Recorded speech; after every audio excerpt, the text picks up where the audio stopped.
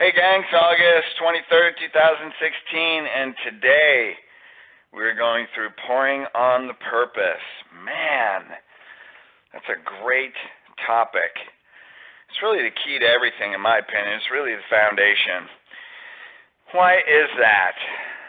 Well, first of all, purpose is something you feel. It's not something you think.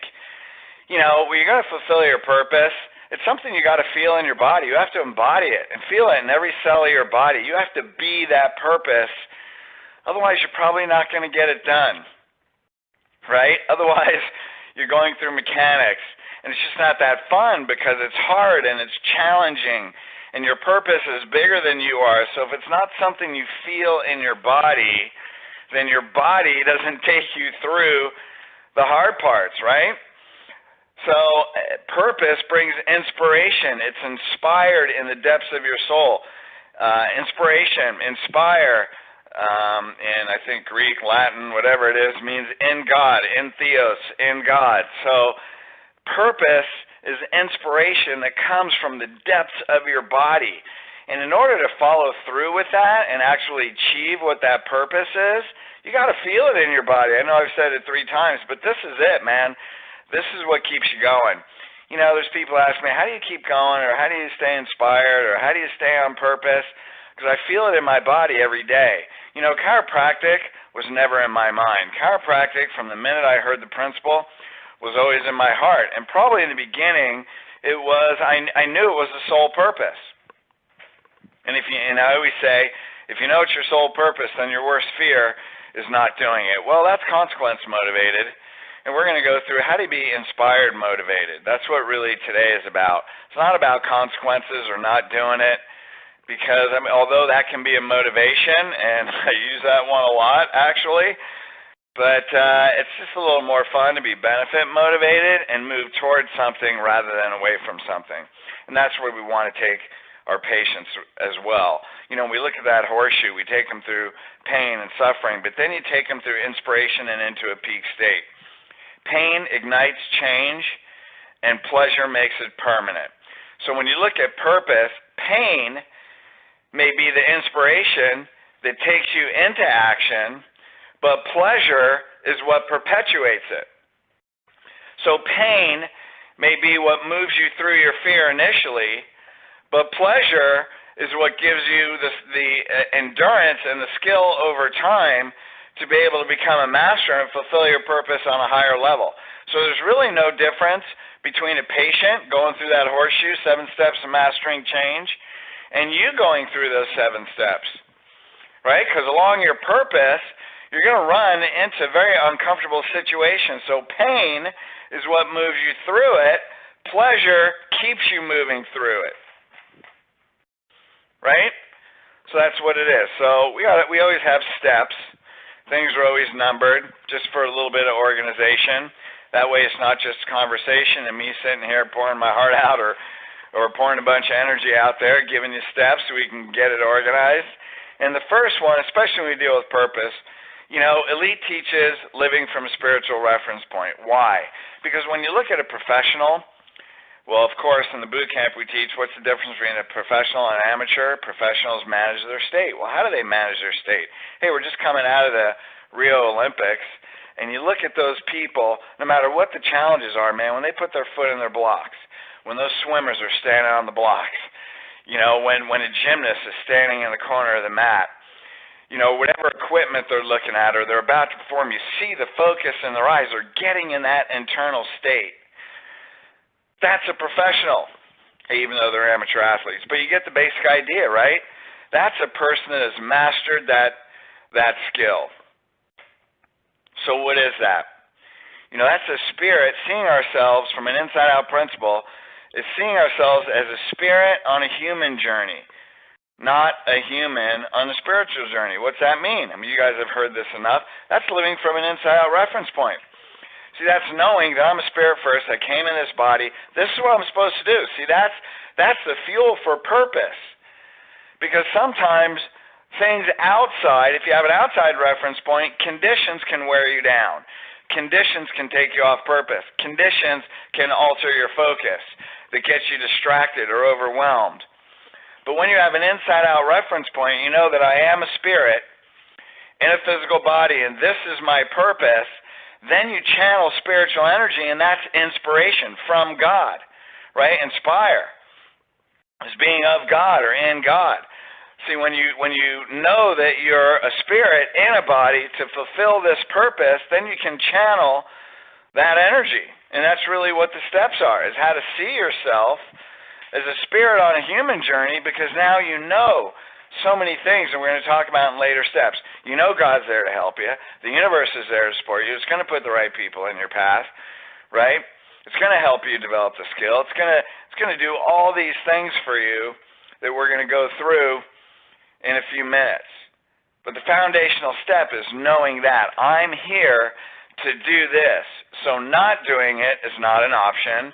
But again, we'd rather be inspired than having pain ignite every action.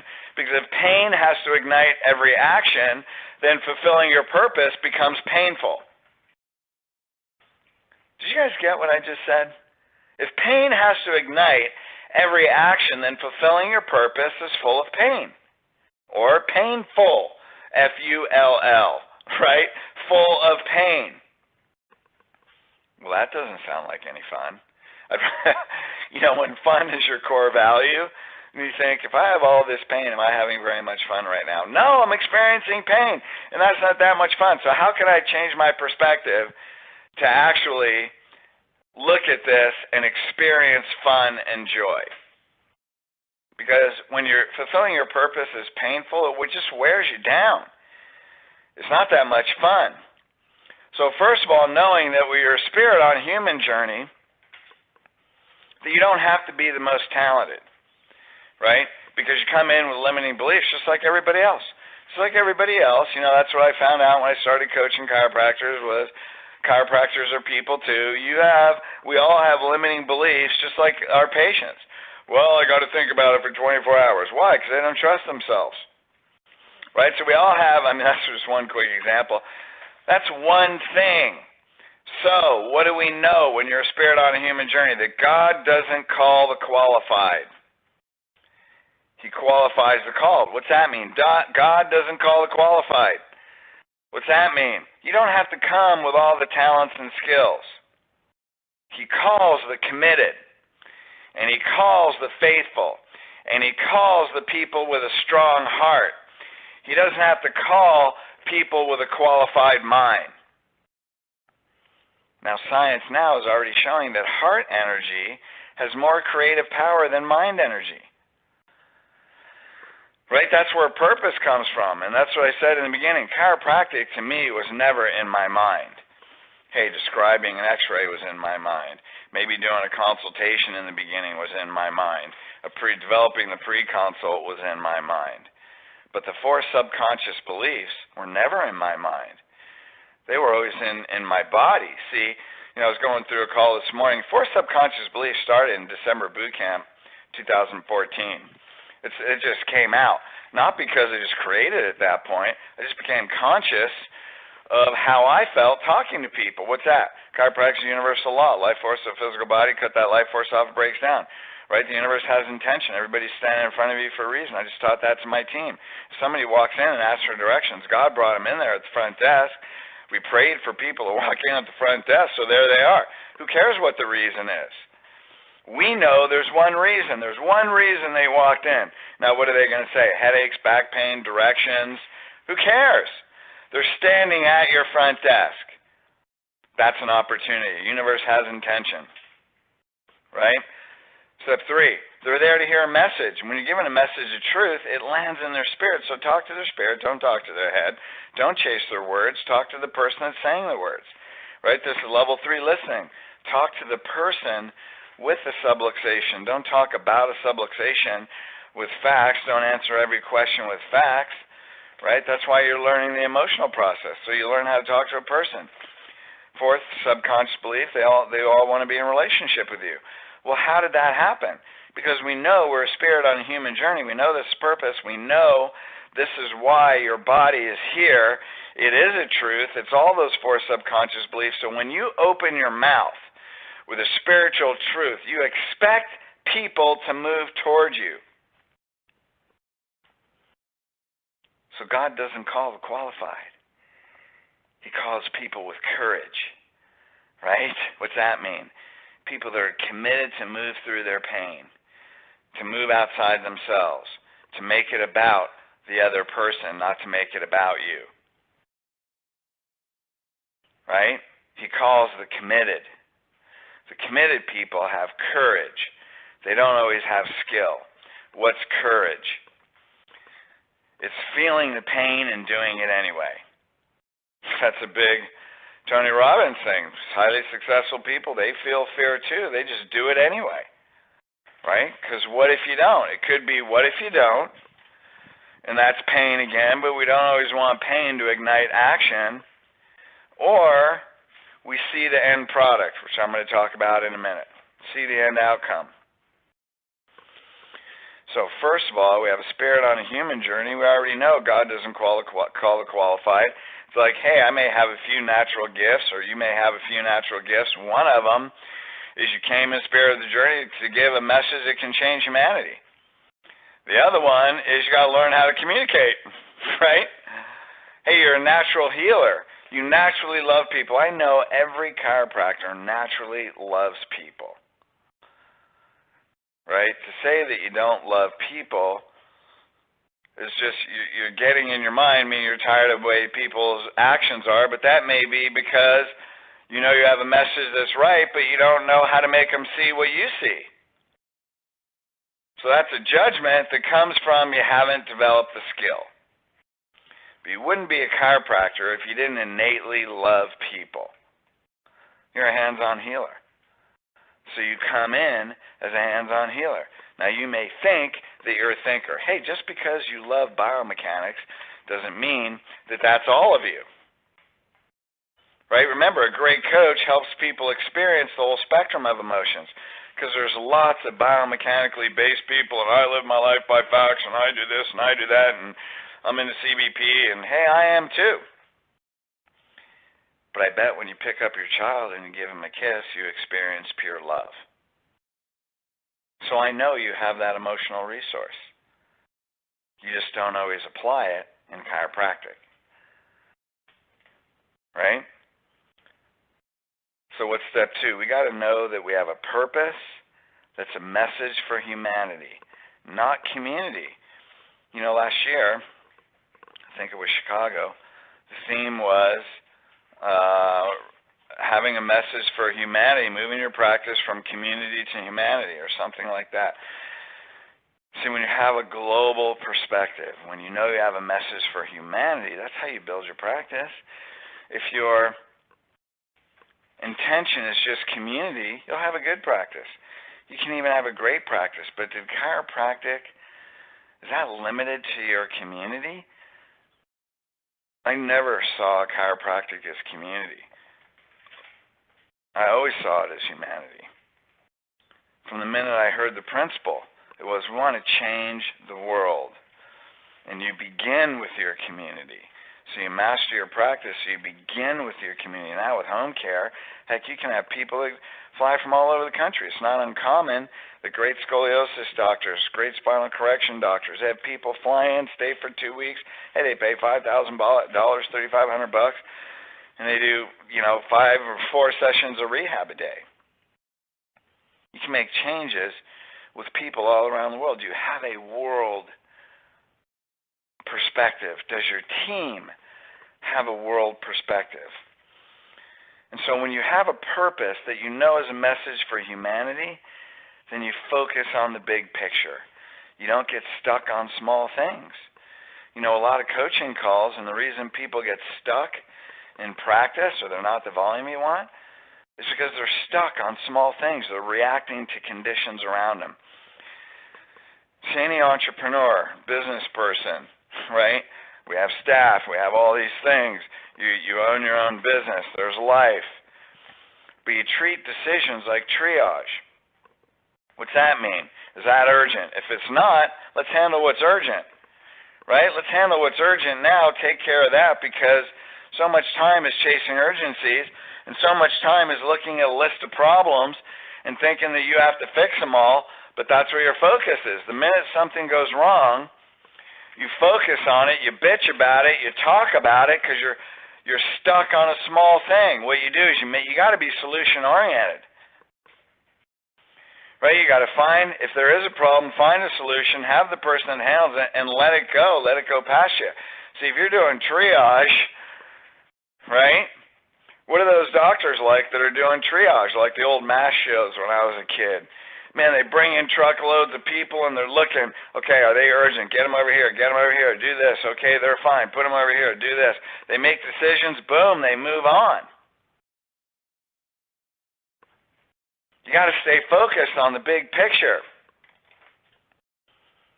One of the reasons people get stuck is they're stuck on small things. They're talking about small things. And now guess what? Here's where you manage your state. Because when you're talking about small things, it doesn't even feel good to talk about small things. So you got to know, as I'm talking and focusing on a small thing, how do I feel? And I pretty much guarantee you 11 out of 10 times you're going to say, this doesn't feel very good, or it sucks, but maybe you need to get some energy off. Great. Get some energy off. Bitch about it, but let it go. Right? Once you're done bitching about it, let it go. Let it pass, and then be grateful that, okay, I got that energy out. Now I'm sure it'll get solved. Now bless it. Give it a blessing so it goes away. But the more you focus on it, the more you talk about it, the more it is, the more it irritates you. You're focused on small things. Now you're off purpose. Purpose does not focus on small problems. Purpose is big picture. Learn to be a visionary. Well, I'm not a visionary. I'm a process person. I like every step. Great.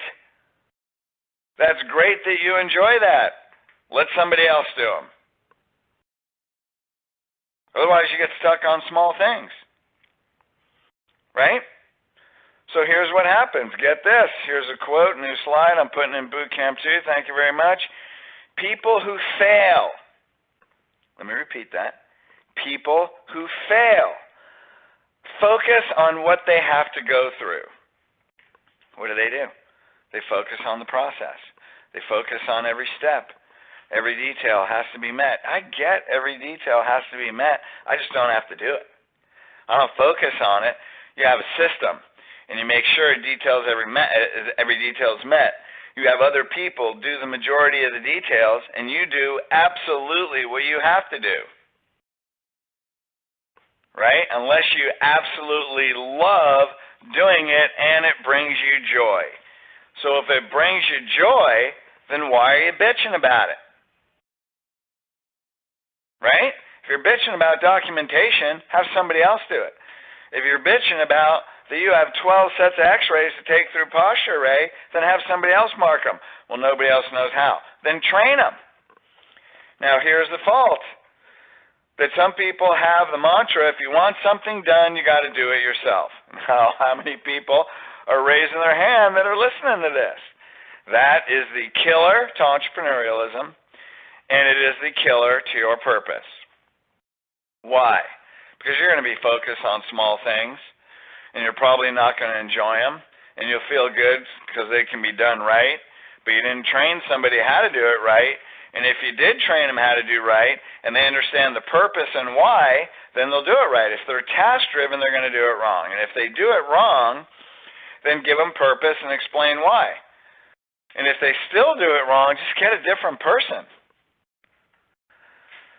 So doing the small things, the problem is people are willing to work.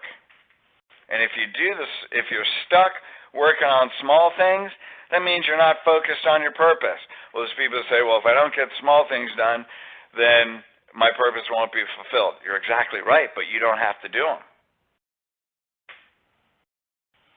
Unless they bring you joy. But if they bring you joy, I'm repeating myself, then why are you upset? Then why are you complaining about doing it? If you're complaining, then get somebody else to do it. Because this is the killer of your purpose, man. I'm telling you. I talk about this all the time. Everybody knows. Get an office manager to run your stuff. Run your team. And then get the right people to do the tasks so you can focus on the healing. People who fail, focus on what they have to go through. People who succeed. Did you hear that? People who succeed, focus on what they will feel. What do? They focus on what they'll feel at the end. Isn't that fascinating? People who succeed focus on what they feel at the end. What's that mean? They're big picture. They're big picture people. Well, how do we do that? Because the end is overwhelming. It's 10 years away. Hey, for a great clinic, you're maybe 2 years away tops. Okay, just do the friggin' system and elite. However, you may have goals that are 10 years away. Hey, send your kid to college and they're 2 years old right now. You're going to be there for a while. So what do? Focus on the big picture. So Psalm 1, his delight is in the law of the Lord. Hey, man, follow universal law. And in his law, he meditates day and night. What's that mean? You keep the end in front of you. Now remember, I'm going to interrupt the middle of the psalm, pain ignites action. Pleasure makes it permanent. So if people who fail focus on what they go through, they're getting stuck in the detail, they're focused on small things. People who succeed focus on what they will feel, the emotion, energy in motion. Emotion is fuel, right? Passion is fuel. That's emotion. That's inspiration. That's God moving through you, everything we already talked about. They have that pleasure through the whole process. So how do you keep that pleasure? Well, you meditate day and night. You see it. When you do that, it should be like a tree planted by the rivers of water. What's that mean? It means your roots go into the river, man. The river is universal law. It's universal energy. It's life force. It's God. It's everything that moves through your spirit. And you are tapped into it, man. That's the purpose and the inspiration. That's why we're a spirit on a human journey. We're a tree planted by the river, right, that brings forth its fruit in its season. What's that mean? You focus on the end and you work backwards. Now here's the problem. People that focus on the end, and then they think of all the things they have to go through, and then they focus on how to get there, and they focus on what they have to do to get through it, because they're process people, get overwhelmed. So you have to control your mind, because your mind is going to get overwhelmed. What do? What am I going to do today? What am I going to do today? That's it. I can do 2 things, 1 thing, 3 things, even 2 things that move you towards your purpose. Now imagine 2 things 5 days a week, right, for a whole year. 52 weeks times 5, 250, 2 things. What if you did 500 things a year? Oh my God, what's the probability? How fast is your outcome going to happen? What if you did 1 thing? Even if you did 1 thing, is that overwhelming? Well, it's 1 thing. Even if it's uncomfortable, pain may have to ignite action, and pleasure sustains it. So when you say 1 thing, what's that 1 thing? The 20% that gets the 80%. We focus on what's the 20% of things that create the 80% of power and results. I just got to do 1 of those 5 days a week. That's it. Even if it's call a company and schedule a talk. I don't know, it could be 8 million things, right? It will bring forth its fruit in its season. That means you got fruit blossoming all the time. Man, I'm just hungry thinking about it. Right? Is that making you hungry? Okay? Man, you can eat all day long. Whose leaf also shall not wither. Why? Because you're tapped into abundance. Because I'm a spirit on a journey. I have the big picture. I feel the passion of the outcome. Now, what's 1 thing I can do today? Because that outcome may be 10 years away. Well, I don't know how many years it's going to be. Maybe it's next year, maybe it's next month. But if you got a pretty big vision, it's probably going to be a little bit off. If you think about all the steps, it's too overwhelming. That's what I think. It makes me want to friggin' lay down. But what can I do today? Right? You know what my 1 thing was today? A couple of weeks ago, I went out to dinner with Billy DeMoss. I'm speaking on the Cal Jam stage. I think the speakers, this is 10th anniversary, they need to sell 10 tickets. You know, there's speakers on there that they don't even help promote it. So he gave me a list of speakers. I'm going to be Sal because he's the godfather. You know, Sal's like the hitman in the mafia. I'm going to be Sal. So what did I do? One thing. I called the speakers and asked them to donate 10 tickets, right? They can find 10 people. 10 times 10 speakers, that's 100 more tickets. One thing. I don't know these people. Does it make me nervous? Yeah, a little bit. So when you contribute to something that's bigger than you, and it makes you a little nervous, then it makes doing what you have to do seem easy. See what I mean? Like, is that uncomfortable for me? Yeah, actually, it kind of is. But if I do that, then I contribute to something bigger, then everything else is easy. Right? Whose leaf shall not wither. By the way, Billy's speaking in Chicago. You got to be there. And everybody in Elite needs to go to CalJam because it's friggin' awesome. Right? He sticks his neck out for the principle. So we need to honor it. And whatever he does shall prosper. So let's look at that. Delight in the law of the Lord, meditate day and night, be a tree planted by the river, so bring forth its fruit. Your leaves will never wither, and whatever you do shall prosper. What's that mean? Keep the end in mind and work backwards. And what's one thing I can do today? So if you're an outcome person, this is pretty easy. If you're normally a process person and you love the details, awesome. Go ahead and do them. If they bring you joy. But if they don't bring you joy, then give them to somebody else. Well, I'm the only one who knows how to do them. Then train somebody to do it. And be committed to the training. I'm repeating myself. But we got a boatload of process people that get hung up on the details. They feel overwhelmed. Then they can't move forward. And that's very frustrating when the doctor is a process person and the team is an outcome big picture person. The team gets frustrated. Then guess what? They feel powerless. Then they make mistakes. Then you wonder why, well, I really want to do this other job and this is my life purpose. Then they quit for something else. Why? Because the doctor gets stuck in the steps and they're focusing on small things. They don't know how to bring out inspiration, stay on big picture. Well, that's not who I am. Yeah, it is. Did you have a kid? Did you get married? If you're married, you're focused on big picture, unless you get stuck on the day-to-day stuff. But you focused on a lifetime at one point. So did you buy a house? Do you have a 30-year mortgage? Are you planning on paying it off?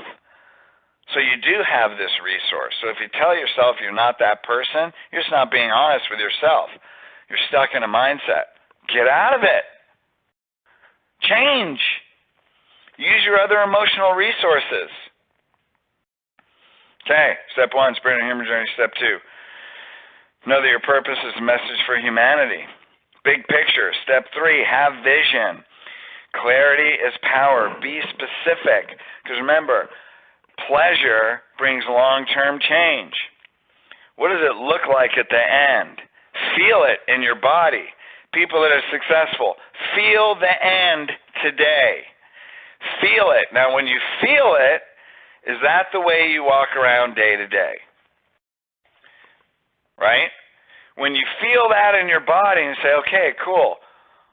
Now you look at God. Do I feel that every day? Or not really? That's why you're not, one of the reasons you're not there. See, when you feel that every day, things will start coming into your life. Because you attract how you vibrate. So you don't just say, well, I visualized the end and now I'm stuck in the process looking at small things and I'm stressed and overwhelmed. No. No, continue to feel that in your body and condition it into you. Now, what would you have to believe to actually vibrate and be that? Which you already are in your spirit, it's just you're letting your mind get away. See, here's the thing.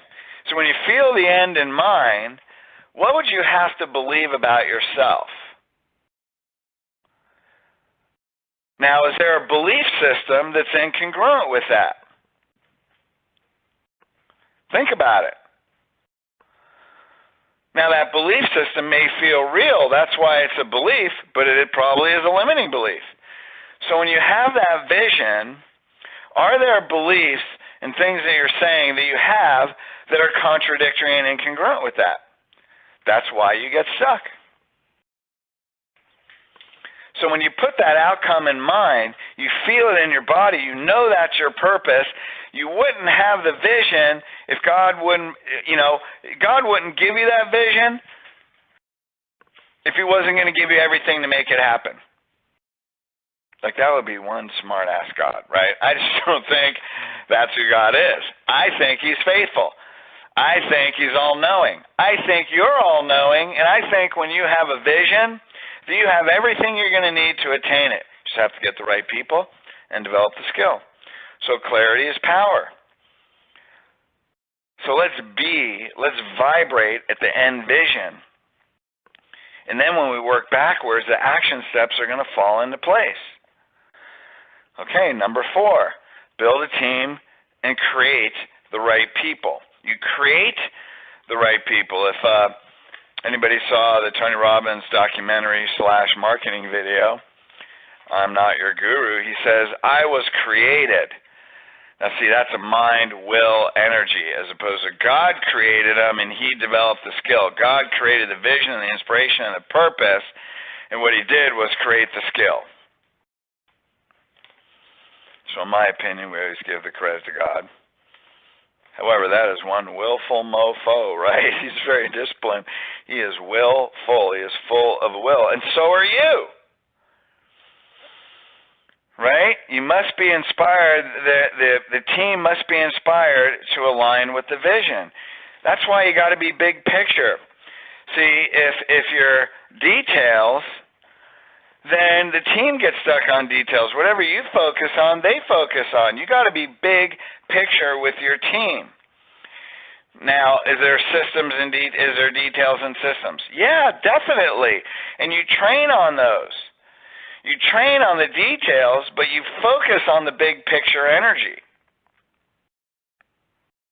Because the details of the system should be automatic when they're on purpose. So there's a difference between a team that likes the purpose, hey, they're involved in the purpose, and there's a difference with a team that feels the purpose and they live the purpose. When they feel it in their body and they live it, their behavior and their action becomes exceptional. How do you do that? You got to stay on big picture purpose, not small picture details, conditions, bitching about stuff. Right? So when we look in the creating an inspired team pillar, hey, you know what? As powerful as the boot camps are, patient management pillar, there's 5 pillars in elite. The most powerful one is creating an inspired team. Because without an inspired team, problem is you go to the boot camps, you are putting fuel on the fire, but then you got no more wood. Right? How's that for English? You got no more. Right? So you look at it, if communication is a lighter fluid, if you're on a fire out on the beach, got a bunch of fire rings right down the beach from my house, right? You put 4 pieces of wood, squirt some lighter fluid on there, throw a match, woof. Hey, it burns nice. That's coming back from the boot camp, your practice grows. But if you don't have an inspired team, you don't have people that throw it on more wood. What happens? Burns out. That's what happens. You come back, woof, you get growth, and then you don't have the system to support it. What's the metaphor here? You don't have more wood. The team provides more wood. Why do they provide more wood? Because they have big picture purpose. See, going and gathering wood is a small step, right? Giving them the tools. You're out in the woods or wherever. Hey, here's a little hand axe. Here's a machete. Just go out and chop some branches.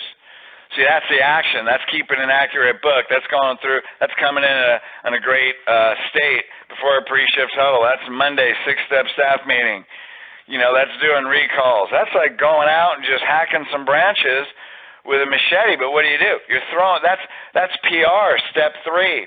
How can we build this practice? That's just going to the task of going out and getting more wood. But why do they want to do those? because they want that fire to burn, man.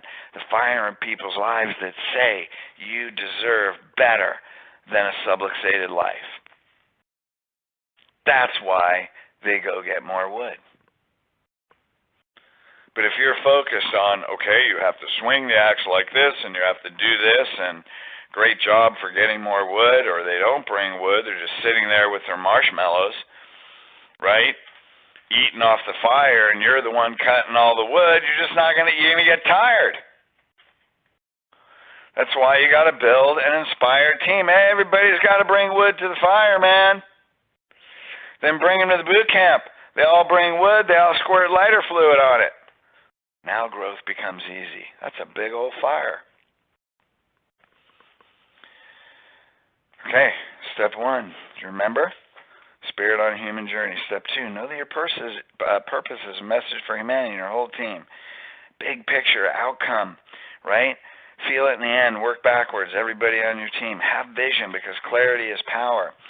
Meditate on it day and night. Keep your roots in the water. You'll bear fruit, right? Build a team with the right people. You create the right people rather than ruin good people because you're just teaching them how to chop wood and not telling them why. Big picture. Next, have faith. What's that mean? You know that your purpose is going to be fulfilled. Hey, you don't have to know how, but you know it's going to be filled. It's done. Now we got to take the action steps. That's why you guys joined Elite, right? Because you know my purpose is done. I'm committed to getting there, and I believe this is the system. Now you're developing skill. That's why you repeat the boot camps, because you love the skill of being a self-empowerment coach. What else? Every team member must live. They must live. What's that word? Live in the state of what's possible. That's faith. What's faith? Believing in something that you don't see right now. Do you believe what you don't see, or do you believe what you see? So if you believe what you see, only what you see, then you're reacting to the conditions in your life. Right? But if you see what you believe, then you're focused on what's possible. See, that's growth. Right? If you believe what you see, your fire is only going to get so big. Right? But if you go get a boatload of wood because you want to see what's possible and how big that fire can get, then you're going to create something on a whole nother level. That's what the weekly intention sheet is. So you got to have faith, and the whole team must live. What must they do? Live in the state of what's possible. What are we going to create? That's why we have a weekly intention sheet, right? That's why we say the schedule is point A. That's not what we're going to do today. That's just our starting point, because you need a reference. We got to start from somewhere. We can't start from some unknown point in the universe, right? So we have to know, where am I standing? Where's the target, right? Here's where you stand. There's the target. Pull back that bowstring and ready, fire, aim. Now let's adjust our shot. That's the weekly intention sheet. If a person continually operates from the state, I'm managing what they have, they're in the wrong place. If you're continually pushing what's possible, right, and someone is just managing what they have, that's the anchor to your growth. Now here's the problem. Sometimes the doctor is the one managing what they have. And you know who you are. If you're the one managing what you have, that's why you're staying where you're at. And if your team is in what's possible, and you're the one managing what you have, you're holding them back. That's why they quit. People don't like to be powerless. They don't like to be powerless. And if they stay in a powerless position, they're going to lower their emotional tone. So as from one spiritual being, create those situations. You get rid of those situations.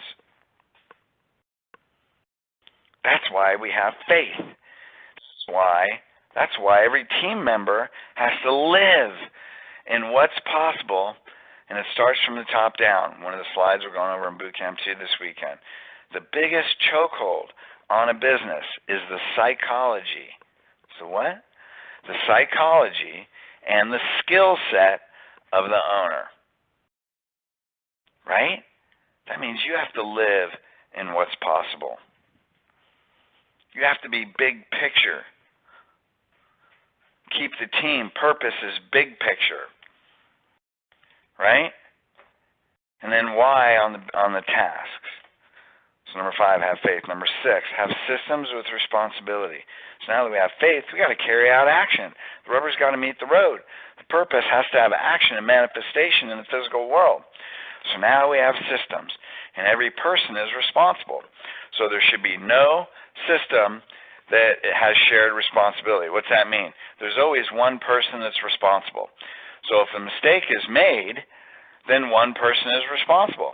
If another team member helps them out, but they do it wrong, it's still that one person that's responsible. Right? So when you have responsibility and you do your job, you're accomplished. Right? You feel good about yourself. You're contributing to the team. If someone's making a mistake, including the doctor, it becomes obvious to everyone. By the way, the doctor's not allowed to do that. So now we have those things. We're a spiritual being on a human journey. We know that a purpose has a message for humanity. Right? We have a great vision. We build a team with the right, and we create the right people. We have faith, and now we have systems with responsibility. Now that we have systems, we have responsibility for their outcome, we develop the skill. That's it. Now you just train. So what are you going to do today? Now, developing the skill may take time. Right? If you want to be a world-class speaker, then it's going to take time and repetition. So what's that mean? You have to get out there and have your first shot. I mean, I know you guys have all spoken and talked in workshops, but with anything, right? Because pain ignites change. You're all going to have something that's uncomfortable. So that pain means I'm just going to do it. It doesn't have to be perfect. Perfectionism is the enemy of entrepreneurialism and success.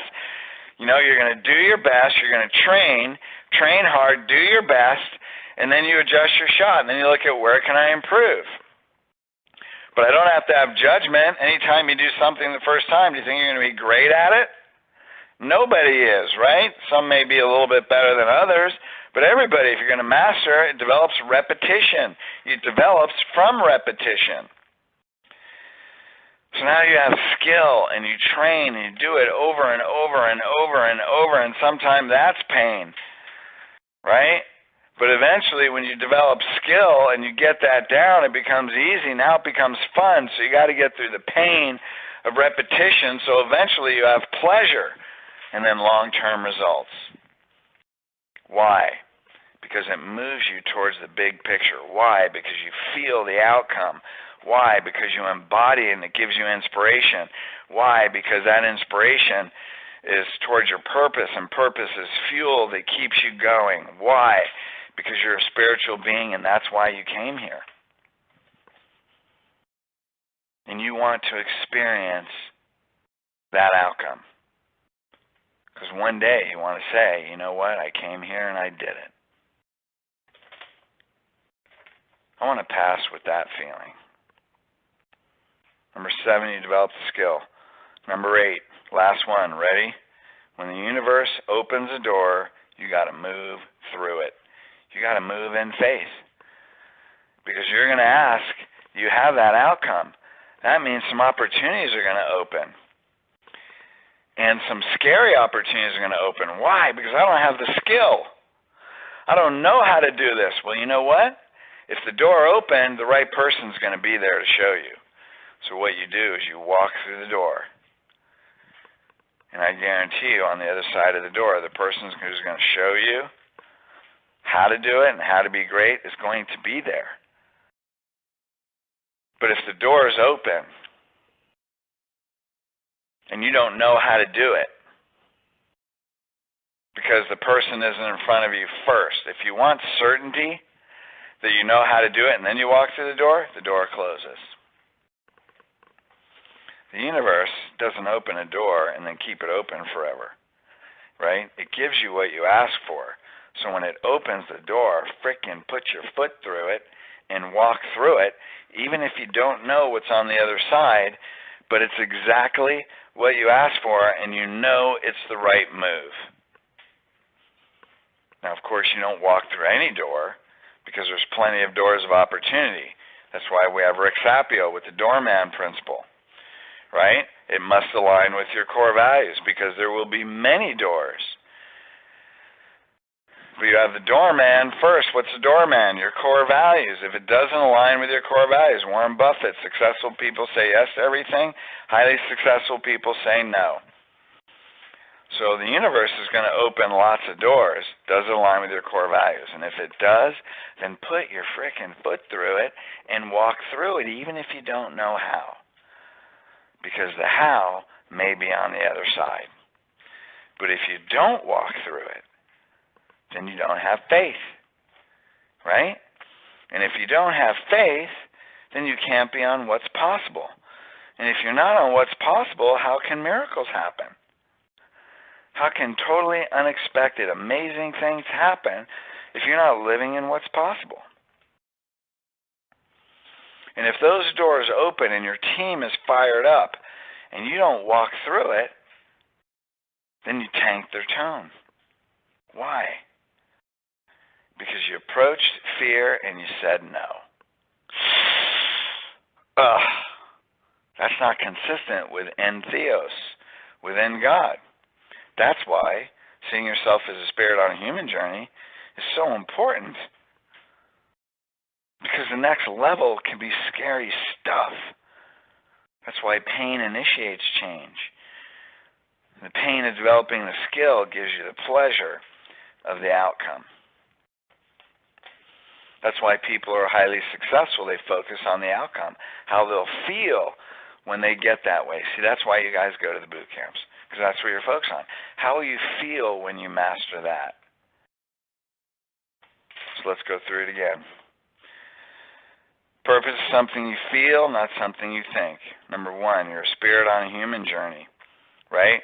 Just know God doesn't call the qualified. He qualifies the called. What's that mean? Hey, you don't know how to necessarily do it, but you got to be committed. Number two, know that your purpose has a message for humanity. Stay on the big picture. Don't get caught up in the details. Do triage. Meditate on it day and night, right? People who focus on the process tend to fail. People who focus on how they feel at the outcome tend to move through their pain. They move through the steps, and they eventually get to pleasure. So purpose is fuel. Have vision. Clarity is power. Share it with your team. What's it look like and feel like at the end? That's number three. Number four, build a team with the right people, right? Keep them on big picture. Give them the vision. They have to live it and feel it, not just understand it and be okay with it, even a little bit fired up. They got to feel it, and they got to live it. Number five, have faith. Right? Every team member must live in what's possible. That means the leaders have to walk by faith, not by sight, and direct that team with the systems that are already in elite on creating what's possible. Number six, have systems where everybody has responsibility to carry those out 100%. Anything less, you got to know that you know that you know that there's been training and repetitive mistakes. You got to be ready to have someone that's unwilling to make mistakes. Number seven, develop the skill. That's just over time, repetition, right? Develop the skill, become a master. Get to unconscious competence where you don't have to think about it. The systems happen on their own. Right? Now when the universe opens a door, hey, when you do all this is number eight. Then number eight becomes automatic. Right? When you know you're a spirit on a human journey, when you're focused on the big picture, when you feel it in your body, when you have a vision, you create a team that's ready to go. Your team has faith, focuses on what's possible. You have systems, that responsibility, they're carrying it out. You train and you develop the skill. Man, now you're ready, because luck is when preparation meets opportunity. See? We have 7 steps of preparation, so that number 8, opportunity comes along. When the universe opens the door, Move in faith. See, all that preparation, bam, miracles happen. Are they really miracles? Or are they expected because you did the work and you laid the foundation first? That, my friends, is at least one way, 8 steps, how you fulfill your purpose. And pour that on. Have it come out of you into everybody else. All right, you guys, love you. Get registered for Chicago Seminar. We're sending the registration form out every week. You have it in your email. Write your names down. Get there. Not an option. Love you. Talk to you soon. Bye.